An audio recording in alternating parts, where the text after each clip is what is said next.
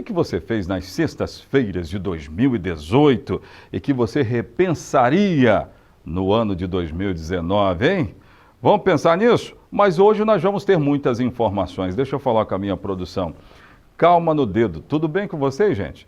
Olha, eu quero começar dando um recado aqui para o Pontal do Ipiranga. Eu tenho aí imagem do Pontal do Ipiranga? Coloca no ar, porque tem muita gente que já rumou para o Pontal.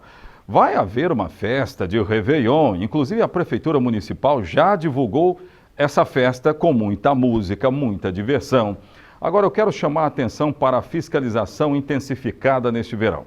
Eu já mostrei aqui, produção, a polícia, o reforço policial do verão, lá para o Pontal do Ipiranga, já está na ativa, já começou logo no dia 26. Depois do Natal, tudo já começou. E agora vem um recado muito importante, é exatamente para quem gosta de ficar ali na beira de praia, mas vai para lá com os seus carros. Tem muita gente que faz isso. Circular pela extensa faixa de areia da praia do Pontal do Ipiranga com veículos automotores, muito embora seja uma prática adotada por muitos motoristas, mas isso pode acarretar em multa para quem estiver dirigindo esses carros. É claro que coloca em risco a vida do banhista, eu também entendo assim, mas a multa para quem for flagrado nessa situação será de R$1.000, além de perder ponto na carteira por se tratar de uma infração de gravidade média e ainda pode ter o veículo apreendido. Sabe quem fez o alerta? Foi exatamente o diretor municipal de trânsito, Douglas Simplício, que explicou que os trabalhos de fiscalização vão estar acontecendo para coibir o estacionamento e circulação de veículos em áreas destinadas a banhistas, áreas que são destinadas a banhistas. E aí vai ter uma intensa fiscalização. Amigos, estão indo para o Pontal do Ipiranga, tem regras, existem regras. Curta, divirta-se, esse Pontal do Ipiranga deve receber muita gente. Agora, não vai com seu carro lá para a beira da estrada, aliás, da praia, porque lá é só para banhista. Não tem esse negócio de ir com carro, aí fica ali ocupando o espaço que é do banhista, não vai poder. Daqui a pouco eu vou mostrar imagens exclusivas desses tiros que foram disparados dentro de um ônibus da aviação Joana d'Arc. Isso aconteceu no sábado anterior ao Natal. E olha, as imagens, elas dão até um desespero da gente ver aqui. Porque tiro disparado dentro de ônibus da aviação Joana d'Arc. Com tantas pessoas, tinha muita gente dentro do ônibus. Daqui a pouco eu vou mostrar essas imagens. É assim que nós começamos, no rádio ou na TV. Fiquem conosco, a notícia chega até você.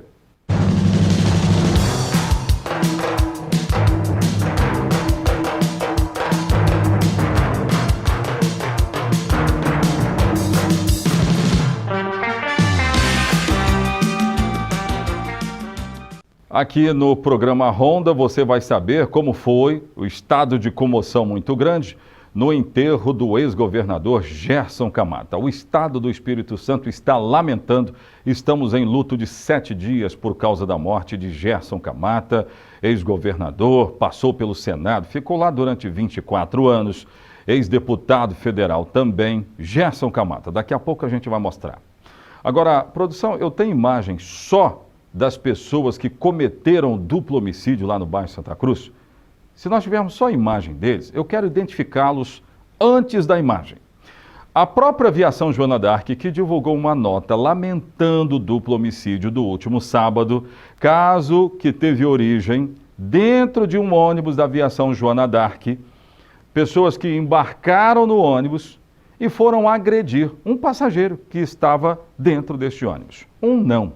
2, acabaram agredindo mais gente.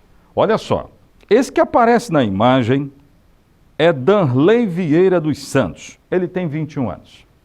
Estava na companhia de uma mulher. Quem é essa mulher?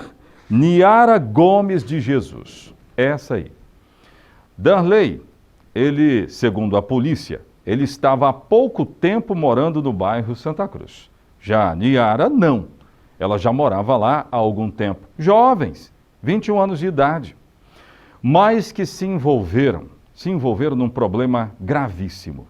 Eu vou falar sobre a possibilidade, uma vez condenados, da prisão que eles podem pegar. E foi por causa disso aqui. Coloca a imagem para mim. Dentro do ônibus da aviação Joana d'Arc, foi isso que aconteceu. Vá acompanhando aí que nós circulamos. Era uma viagem tranquila, já no bairro Santa Cruz. Dá só uma olhada aí, ó. São 3 câmeras, você vai entender bem, em ângulo diferente. Veja lá, onde está circulado ali, ó. Entra a Niara e entra o Danley. Entraram no ônibus. Olha aí, ó, de boné, ela está de boné azul e ele de boné vermelho. Aí se dirigem, olha só, na câmera circulada aí, eles se dirigem em direção à pessoa, aquela que eles queriam matar, tirar a vida. Olha só, a confusão já começa, ó. Eles já entram e a confusão começa, a correria total, e nesse momento tiros foram disparados. Tiros foram disparados, olha só, gente pulando a roleta, é um negócio doido. Imagine você dentro desse ônibus. Eu não quero nem imaginar, mas olha só, aí seguem as imagens. Dá para perceber, nessa terceira câmera, dá para perceber que a correria já do lado de fora, e Danley com uma arma em punho, ele corre atrás da vítima que tenta fugir.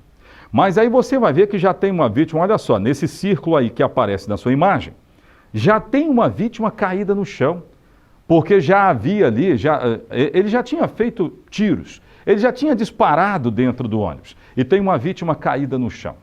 Foi uma tentativa de homicídio. Então, e logo depois, Danley sai em busca da sua vítima que tenta fugir, mas não consegue. Correria total. Depois, é claro, os funcionários da empresa chamam a polícia. Olha só, nessa imagem aí dá para ver, não é, produção? Essa imagem aí, ó, essa terceira câmera, dá para ver lá no fundo, Danley correndo atrás da sua vítima.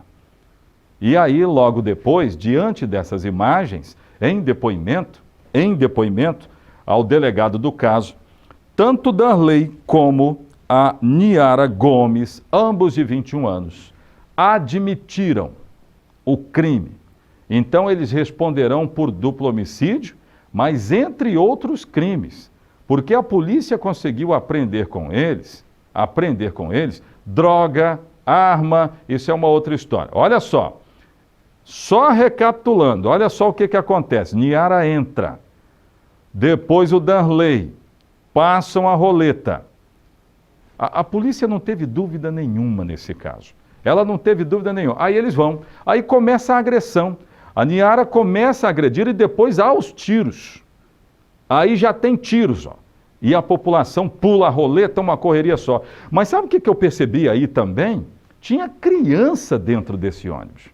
Tinha criança dentro disso.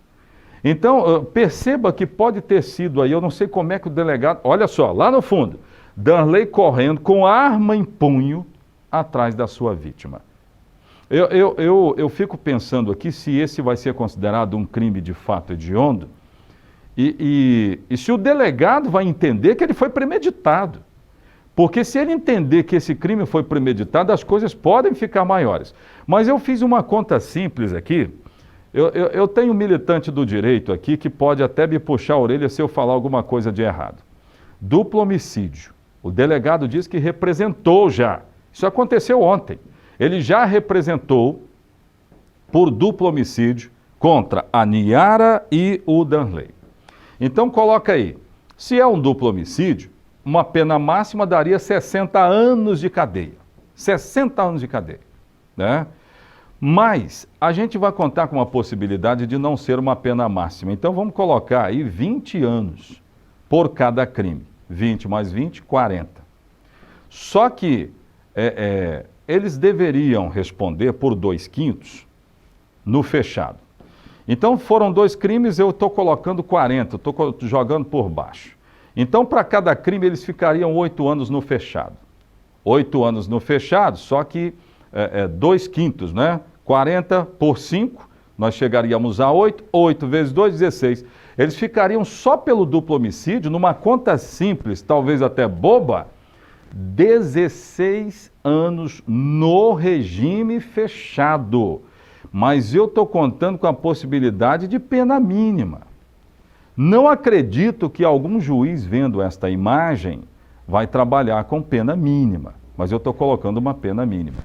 E eu estou colocando duplo homicídio, mas teve tentativa de homicídio, teve tráfico de drogas, teve o porte de arma, porte irregular da arma de fogo. Para tudo isso aí, são outros crimes. Então, na pena máxima, se eu for pensar assim, eles poderiam pegar 88 anos, por aí. Agora, pensando na parte mínima e no regime fechado, porque a partir do momento do regime fechado cumpriu, eles teriam direito à progressão de pena, a gente pensa numa pena máxima 88 anos. Mas na mínima, jogando lá, nos 40 anos só para o duplo homicídio, mas depois viriam outros crimes. Terrível demais a situação lá dos moradores do bairro Santa Cruz, que tiveram para escapar dos tiros, tiveram que pular roleta, tiveram que tomar as suas providências para fugir disso aí que a gente está mostrando. Pode voltar aqui para mim. Daqui a pouco de volta, eu tenho outras informações. Eu volto já já.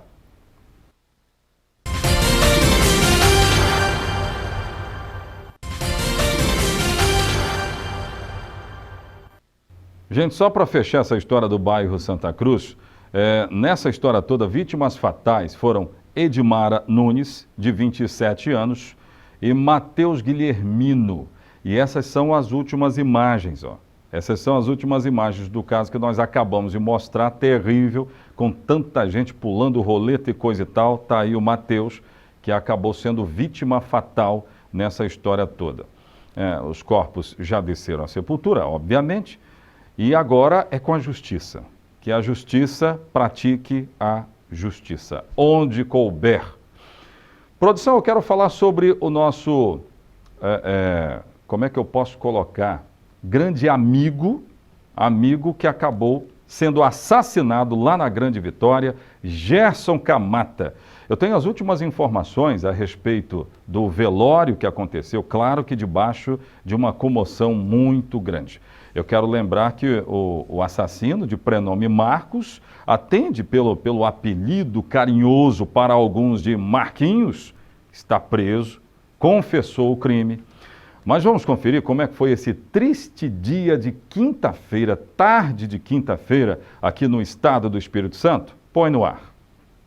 Eram 2h40 da tarde desta quinta-feira, quando o caixão com o corpo do ex-governador Gerson Camata deixou o Palácio Anchieta, em Vitória, onde foi velado, carregado por familiares e amigos, até o carro do Corpo de Bombeiros. O caixão estava coberto com as bandeiras do Espírito Santo e do Brasil. Dali, o cortejo com o corpo de Camata seguiu para o cemitério Jardim da Paz, na Serra. Nas ruas e também nos prédios da orla de Camburi, muitas pessoas filmavam e acenavam emocionadas, se despedindo do ex-governador. Na chegada ao cemitério, mais emoção, aplausos e honras militares. A ex-deputada federal e mulher de Gerson Camata estava acompanhada dos filhos. Políticos e amigos estiveram presentes, entre eles o governador Paulo Artung e o governador eleito Renato Casagrande. A família e as autoridades levaram rosas brancas, que foram jogadas ao caixão. Durante o velório, a esposa do ex-governador, Rita Camata, e os filhos estavam muito abalados e não falaram com a imprensa. O único a fazer uma fala durante o enterro foi o sobrinho dele, Edmar Camata, o novo secretário de Controle e Transparência, que relembrou a trajetória política e detalhes do cotidiano com o tio. Edmar Camata entregou para Rita o livro que Gerson Camata comprou antes de ser assassinado. A viúva recebeu ainda as bandeiras que cobriam o caixão. Pois é. Gente, eu quero saber sobre a repercussão desse caso. Nós temos aí, né? Caso que ganhou o Brasil, percorreu o Brasil inteiro, com essa notícia triste da morte do ex-governador aqui do estado do Espírito Santo. Serviu à República, serviu ao Estado do Espírito Santo, à cidade de Vitória, que foi onde começa a trajetória dele, em 1966.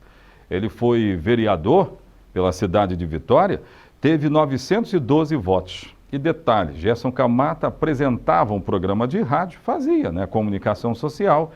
E o nome do programa? Ronda da Cidade. Pois é, vamos lá, vamos ver isso. A repercussão do caso da morte de Gerson Camata. Põe no ar. Gerson Camata atuou como jornalista e se formou em economia pela Universidade Federal do Espírito Santo.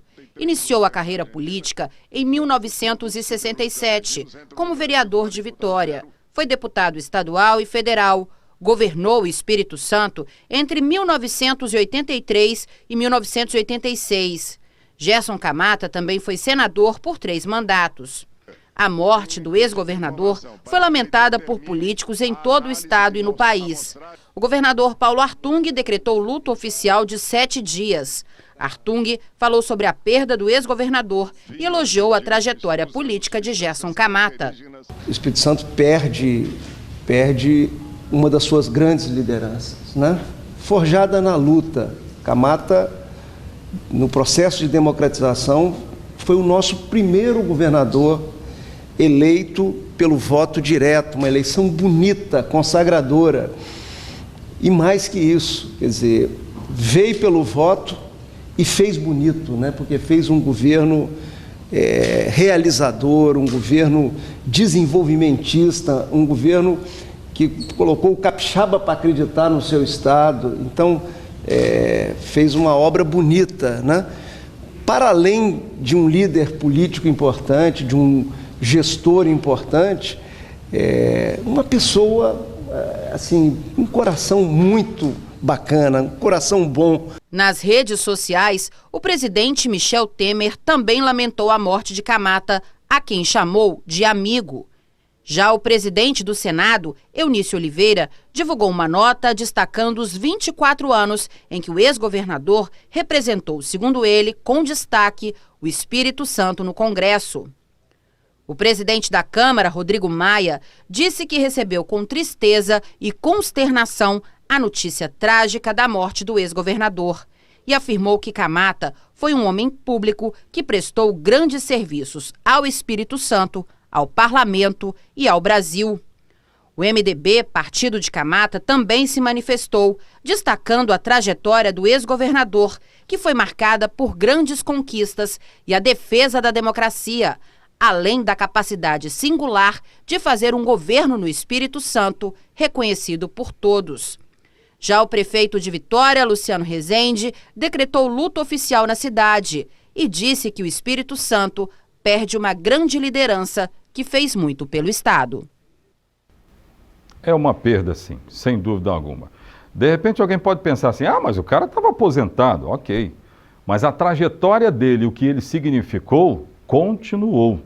É tanto que a comoção foi grande entre políticos do Brasil. Daqui a pouco de volta. Você vai viajar, amigo?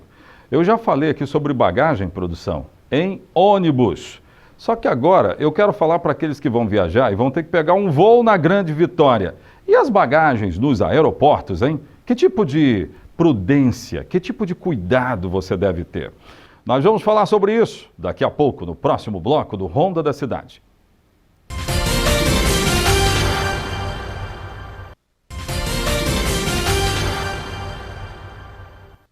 Quem é que vai me ajudar a entender essa história de compra uma passagem? Agora eu não quero mais essa passagem. Será que eu posso trocar nesse período de férias? Será que eu posso, produção? Eu tive problemas com a minha passagem. Será que eu posso passar essa passagem, por exemplo, para uma outra pessoa? Perguntas que eu preciso de respostas. Quem vai nos ajudar é o doutor Jean Better, que vai falar conosco. Doutor Jean, tudo bem? Seja bem-vindo. Tudo ótimo, bom dia. As perguntas que eu tenho aqui, doutor, são relativas a passagens. Você viu que o menino não é pequeno, não, né? Jogou um basquete, alguma coisa assim, doutor? Não, só vôlei. Né? Tá sendo vôlei, pronto, tá dito, esclarecido. Coloque imagem para mim do aeroporto de Vitória, que é o aeroporto que uma vez comprando as nossas passagens, enquanto o nosso aeroporto aqui da cidade de Linhares não está atuando. Veja aí, ó, essas são as imagens que a gente vai ver sempre. Nós vamos precisar embarcar aí. Agora, uma vez comprando uma passagem, eu posso transferir, doutor, para uma outra pessoa? Não, Oséias, a passagem ela é intransferível. Uma vez comprado, o passageiro tem que se atentar que está disponível para ele um sistema de reembolso, mas a passagem não pode ser transferida para outra pessoa. É importante também para o passageiro se atentar ao preenchimento correto dos dados do passageiro no momento da compra da passagem. E caso conferir sempre esses dados, e aí caso tiver algum problema com esses dados, o passageiro tem até o momento do check-in para fazer a correção desse cartão de embarque.